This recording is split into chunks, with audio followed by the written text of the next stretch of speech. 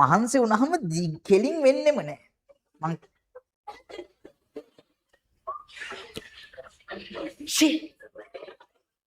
ඊයබන් මං කිව්වේ සර තන්ත්‍ර මෙහෙම ඇකිලෙනවා. එතකොට වදින්නේ මෙහෙම අමාරුවෙන්. එතකොට කතා කරගන්න බෑ. අම්මා දැන් මේ විද්‍යාවේ එහෙම ඉන්නේ හරි අමාරුවෙන් ගන්නෙ.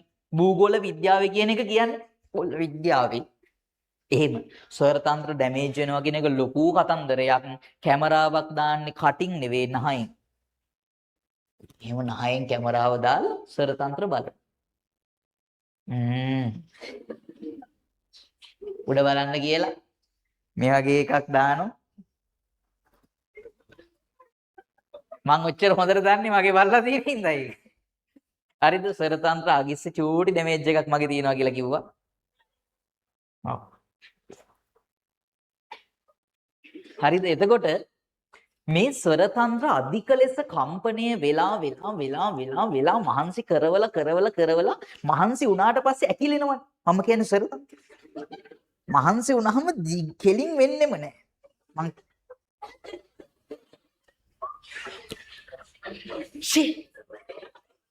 ඊයබන් මං කිව්වේ ස්වර තන්ත්‍ර මෙහෙම ඇකිලෙනවා. එතකොට වදින්නේ මෙහෙම අමාරුවෙන්. එතකොට කතා කරගන්න බෑ. අම්මා හඬ පිට වෙන්නේ.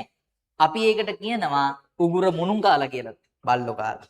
උගුර බල්ලෝ කාලා වෙන්නේ ඔය ට්‍රිප් එකක් එහෙම ගිහින් අධික ලෙස සින්දු කී කෑ ගහද්දි කොහොම වෙන්නේ. දැන් අපේ ට්‍රිප් එක යනවනේ අපි ඊළඟ මාසේ. එළවලු පන්තියේ ට්‍රිප් එක යනවනේ. එතකොට මේක අත්විඳින්න පුළුවන්. හරි. මට කෑ ගස්සන්න ඉඩ තියන්න එපා. මොකද මන් ට්‍රිප් ගිහින් කෑ ගහන තරමට මගේ උගුර නැති වෙනවා අන්තිමට. ඔව්. උඹලට තව හෙට අනිද්දාට මගේ ඒ ටෝන් එකත් බලා ගන්න පුළුවන්. එහෙම අර එහෙම කතා කරන ටෝන් එක බලා ගන්න පුළුවන්. හේතුව O level ලං වෙනකොට අධික ලෙස සෙමිනා කරාට පස්සේ හඬ යනවා. එතනින් එහාට කතා කරන්න අමාරුයි. එතකොට මේ ස්වර තන්ත්‍ර ඔහොම ගැටෙන එක තමයි වෙන්නේ. පස්සේ ගෙදර ගිහිලා ටික දවසක් අර වතුර ටිකක් උණු වතුර ටිකක් එහෙම බීලා වෝකල් ටිකට පොඩි රෙස්ට් එකක් දෙනකොට වැඩි කතා නොකර ඉඳලා ඔන්න ටික ටික කෙලින් එනවා. මම කිව්වේ ස්වර තන්ත්‍ර. ඊට පස්සේ ආයි පුරුදු විදිහට වදිනවා. දැන් පැහැදිලිද කොල්ලෝ? මෙච්චර හොඳට මේ බයොලොජි පැහැදිලි කරලා දෙන්න පුළුවන්. බයෝ සර් කෙනෙකුට. ඊට පස්සේ මේ මෙහෙම එන හඬ දිව පාවිච්චි කරලා බලන්න දිව පට්ට වැදගත් අපිට. අකුල ගන්න යන්න බෑ බං. දිව පට්ට වැදගත් අපිට. දිව හසුරවලා තමා පුතේ ශබ්ද විවිධාකාරයෙන් අපි ගොඩනගා ගන්න. එකම ශබ්දයේ දිව පාවිච්චි කරලා විවිධාකාරයට හසුරව ගන්න පුළුවන්. දිව කොටේ උන්ට දිවේ මේ ඇල්ට තියෙනව නේද? නූලක් වගේ එකක්. දැන් මං වෙන කොහොමද පෙන්නන්නේ? මේ කැමරාවත් අර නූලක් වගේ එකක් තියෙනවනේ. දැන් ඔහොම පේන්නේ නැහැ කැමරාවට බොරුවට දාන්න එපා. හරිද? ඒ නූලක් වගේ තියෙන එක ටිකක් වැඩිපුර සම්බන්ධ වුණොත් දිව උඩට නමන්න පුළුවන් ප්‍රමාණය අඩු වෙනවා. එතකොට රඹුටන් කියන්න බෑ උන් කියන්නේ ලඹුටන්. පොඩි උන්ට හරියට කතා කරගන්න බැරි ඒකයි. මේ දිවේ ඒ සම්බන්ධක කොටස ටිකක් වැඩිපුර තියෙනවා. ලඹුටන්. හරිද? ලටකජු. හරි. ඔව්. sorry නෙමෙයි තොරි. හරිද? උඩ අර මේ මූර්ධ ජකුරු කියා ගන්න බෑ. හරිද? රයන්න වෙනුවට කියවෙන්නේ ල. හරිද? අවුල් ඒක ඉතින් කිය ගන්න බෑ හරි අමාරුයි. සමහර කට්ටියගේ අවුල් යනවා පුතා නහය මුක්කම් වුණාම. නහය මෙහෙම ගියාම පාන් කෑල්ලයි හොදි චුට්ටයි කියන්න බෑ. යන මුක්කම් වුණාම හරි අමාරුයි. හරිද? නාසික යකුරු වෙන්නේ නැහනේ. නහයෙන් කියන ඒවා එන්නේ. ලොකු ගැටලුවෝ ඈ. ඒක තමයි පොඩි කාලේ අපේ අම්මලා හරියට අපේ මේ කොහොම මේ නහය ඉඳන් ඇඟපත ඉඳන් ඔක්කොම හරි පිළිවෙලට අතපත ගාලා හරියට හදනවා. වැඩි අත ගන්න හොඳ නෑ ඉතින් එතකොට දික් වෙනවනේ. හරිද? ඔව්. කන් එහෙම වැඩි අත ගන්න හොඳ නෑ දික් වෙනවා. ඔව්. ඔය එහෙම අතපත ගාලා හැදුවේ නැති වුණොත් එහෙම පොඩි කාලේ. ලොකු කාලේ නෙමෙයි මම කියන්නේ. පොඩි කාලේ එහෙම අතපත කාලේ හැදුවේ නැති වුණොත් එහෙම මේ ශරීරයේ අංග ඇද කුද වෙනවා එහෙම වෙනවා. ඔව්. අහන්න ඕනේ ගෙදරකින් ගම්මිරිස් පින් මත කියලා. උඹලා එහෙම අහන්න එපා. මම මේ කොල්ලන්ට කිව්වේ. හරිද? එතකොට බෑනියක් පොයලත් එක කරන්නේ. හරි. මේ අහන්නකො. දැන් මේ ව්‍යාකරණ සම්බන්ධව නෙවෙයි දැන් ගෑල් ළමයින්ගේ ප්‍රශ්නේ තියෙන්නේ. මොකටද මචං ගම්මිරිස් පින් මේ ආපන්. හරි. මේ කටේ විවිධ ස්ථාන අපි නම් කරනවා. අපි මේකෙදී මූලික වර්ගීකරණය පුතේ ඒකජ අක්ෂර සහ ද්විජ අක්ෂර කියලා වර්ග කරනවා. ඒකජ අක්ෂර කියන්නේ කටේ එක තැනක් විතරක් ඉවහල් කරගෙන උපදින අකුරු. ද්විජ කියන්නේ කටේ තැන් දෙකක් ඉවහල් කරගෙන උපදින අකුරු. ඒකජ අකුරු වල මූලික මේක උගුරේ උපදින අකුරු. උගුරේ උපදින අකුරු. උගුරට කියන්නේ සංස්කෘතේ කණ්ඨය. කණ්ඨේහි උපන් කියන තේරුම දෙන්න පුතා අගට මොකක් දානවද? ජ දානවා. එහෙනම් කණ්ඨ ජාකුරු කියන්නේ කොහේ උපදින අකුරුද පුතා? උගුරේ උපදින අකුරු. දැන් පැහැදිලි. මතක තියාගන්න අමාරුද? නෑ. ක වර්ගයේ සියලු අකුරු කණ්ඨජයි. ඔච්චරයි. හරියට කියන්න. කට ඇරලා ගියහම කට වහන්න ඕනේ නෑ. කට ඇරලා ගියහම මොකද මේවා කියන්නේ කොහෙන්ද? උගුරෙන්. කාක ගාග ඟ කියන්න. කාක ගාග ඟ හරියට. කාක ගාග ඟ හරියට. කාක ගාග ඟ. ඊට පස්සේ පුතා තියෙනවා. මෙන්න මෙතන. දිව. මේ දිව. එන්න මේ උඩ දත් ඇන්ද පිටිපස්සේ ගෙනල්ලා ගාව. ළඟ එකාගේ නෙවෙයි ඔයාගේ. ගෑව්වා. ඊ අපිරේත ඈ දැන් කටේ පස්සට දිව ඇදගෙන යන්න ඔහොම. අටන තියෙන කිචි ගැවෙන තැනක්. බලන්න කිචි ගැවෙන්නේ නැත්නම් ලාදුරු. නෑ කිව්වනේ මම. කිචි ගැවුණා නේද? නෑ. ඉතින් ඔහොම කිව්වට හරියන්නේ නැහැ කරලා බලන්න ඕනේ පුතේ. ඕනෙම එකක් කරාමනේ දැනෙන්නේ.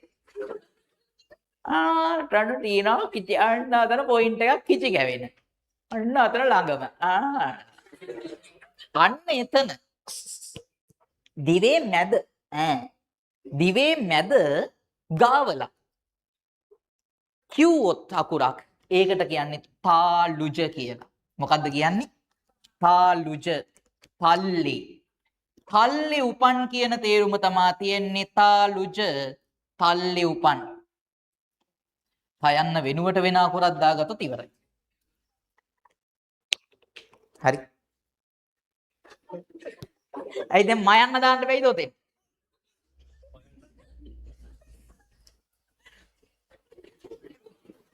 අයියෝ විපා වෙනවේ. හරි. මේ ඔයාට තල්ල හොයාගන්න බැයි නම් මගේ පුතා මේ අකුරු ටික කියන්න. හයියෙන් චාච ජාජ ඤජ දිවේ මැද තල්ලේ ගාවලා කියන්න. චාච ජාජ ඤජ කියද්දි කෙලවිසු වෙනවා නම් හරියට හරි. හරි. ඉස්සරහ එක ගැන ප්‍රවේශමෙන්. චාච ජාජ ඤජ හරියට. චාච ජාජ ඤජ ආයේ. චාච ජාජ ඤජ සෙට් එකම තාලුචයි. ඊට පස්සේ මෙන්න මෙතන මේ උස්සයන තියෙන වැරදිලා නෙමෙයි. අර තල්ලම තව පොඩ්ඩක් පිටිපස්සට දිව ඇදලා බැලුවොත් තේරෙයි ටිකක් උඩ වලක් තියෙනවා. එහෙම ලොකු ගැඹුරක් නෙවෙයි. එකක් තියෙනවා. මොකටද? වලක් යම් වලක්. නැත්තම් කියන්න ඕනේ උදැල්ලක් අරන් හාරලා දෙන්න. free of charge.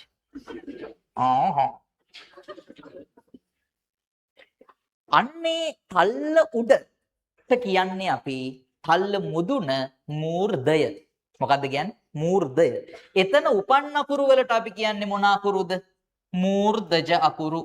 මූර්ධජ කියලා කියන්නේ තල්ල මුදුනේ උපන් අකුරු. තල්ල මුදුන. මතක තියාගන්න ලේසි. ත වර්ගයේ සියලු අකුරු මූර්ධජයි. ඔයාටද ගෝල් එක ආවේ වෙලාවට. ඩිංගින් එකෙට බබා හම්බෙන්නේ. හරි. හරියට කියන්නේ ටට ඩඩ නඩ ඕකනේ මං ගහන්නේ. ගුටි කෑවේ කනේ. අයින් කියන්නේ started. එහෙම මේ නිකන් හොරතලයට නෙමෙයි. දිව නමලා උඩ ගාවලා කියන්න ඕනේ. started dad nerd. හරියට කියන්නේ started dad nerd.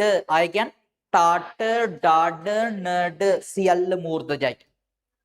දත් නැති උන්ට කියන්න බැරි අකුරු ටික ඊළඟට තියෙන. ආච්චිලට කියන්න බෑ. දත් නැති ආච්චිලට මේවා කියන්න බෑ. දත්වලත් නේ දිවේ මුල. උඩ දත් ඇන්දේ පිටිපස්සේ ගාවලා කියන්න ඕන. තත දද නැද. මේ කියන්නේ තත දද නැද. හරියට කියන්නේ තත දද නැද. දත්වල උපන් හින්දා මේකට කියන්නේ මොන්තජද? දන්තජ. දත් නැති උන් ලොන්තජ. දන් hina වෙන්න එපායි. මිනිස්සුන්ගේ අසරණකම් හම්බුනේ. දන්තජ. දත්වල උපන්.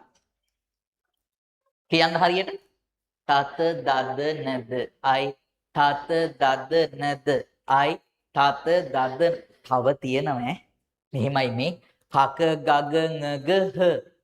කක ගග ngග හ කියන එකත් sorry හ කියන එකත් කොහෙද උපදින්නේ? උගුරේ තමයි ඈ. කක ගග ngග හ. මම මේ සරල කෙටි ක්‍රමයක් කියලා දුන්නේ. මේ හයන්නත් උගුරේ තමයි උපදින්නේ. මේවා මේ චාච ජාජ ඤජ යෂ යයන්නයි ඡයන්නයි කියන අකුරු දෙක තාලුජ තමයි ඈ. ඒවා නිකන් ඔළුවේ තියාගන්න මම පස්සේ ලියනකොට කියන්න.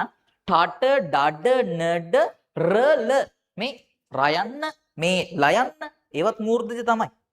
ඊට පස්සේ මේ තත දද නද ලස ඒවත් දන්තජ තමයි. ඊට පස්සේ පුතා තියෙනවා ඒකේ නම් වෙන ඒවා ගන්න එපා. ඒකේ නම් මේ අකුරු ටිකම විතරයි. විවෘත අභියෝගයක් කරන්න ඕනේ. තොල් දෙක එකට ගාවන්නේ නැතුව මේ අකුරු ටික කියලා පෙන්වන්න පුළුවන් නම් දොර දෙකේ ටීවී එකක් දෙමු.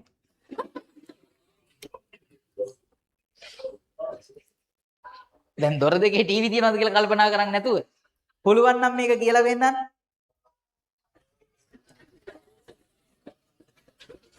පුතේ මේක වෙන විදිහකට කියවෙන්නේ. එහෙම කියන්න කිව්වොත්. තොල් ගාවන්නේ නැතුව කියන්නේ. තොල් ගානකෝ කඩලා හා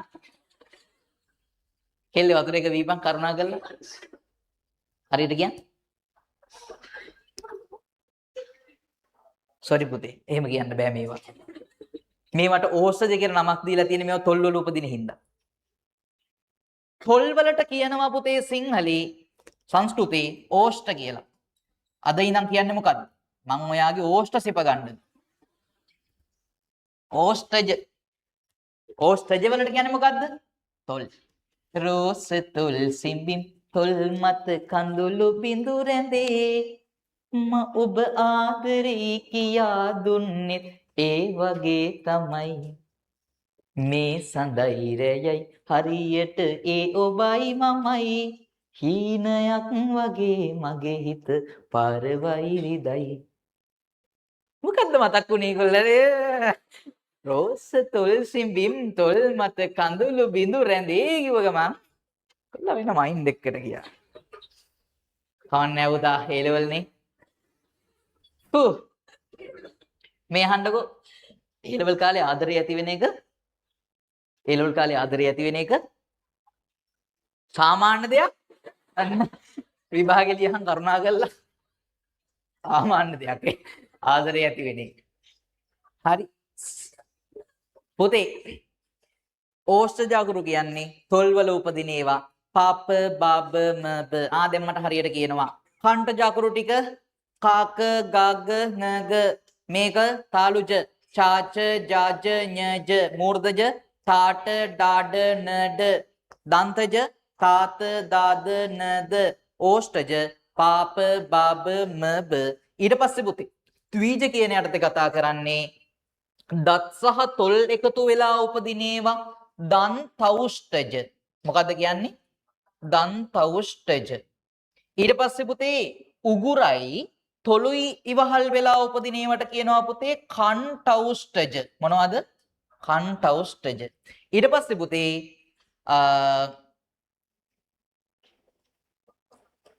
දතුයි තොලුයි හරි උගුරයි තොලුයි හරි ඊට පස්සේ කන්ටේ උගුරයි තල්ලයි එකතු වෙලා උපදිනවට කියනවා කණ්ඨ තාලුජ. මොනවද කියන්නේ? කණ්ඨ තාලුජ. මොනවද තියෙන්නේ? ද්විජාක්ෂර ටික කියන්න. දන්තෞෂ්ඨජ කණ්ඨෞෂ්ඨජ කණ්ඨ තාලුජ. දන්තෞෂ්ඨජ කියන්නේ දතුයි තොලුයි, කණ්ඨෞෂ්ඨජ කියන්නේ උගුරයි තොලුයි, කණ්ඨ තාලුජ කියන්නේ පුතේ උගුරයි තල්ලයි. හරිද? දෙකක් මන් දන්තෞෂ්ඨජ අකුරු දෙකක් කියන්නද? ව ෆ ව ෆ දතුයි තොලුයි. ව ෆ. හරිද කියන්නේ? ව ෆ.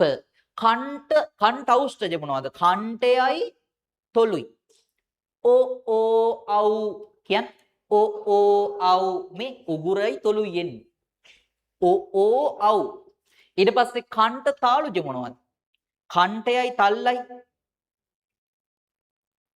ඊ අයි කියන එක බලන්න කියලා බලන්න. අයි අව් අව් නේ. අයි එනවා. තව එනවා මට මතක නැහැ. අයි මතක තියාගන්න අයි කියන එක අනිවාර්යෙන් කණ්ඨ තාලුජයක්. අයි. ඔව් තව තියෙනවා. ඒක පස්සේ කතා කරමු. අවුලන්නේ.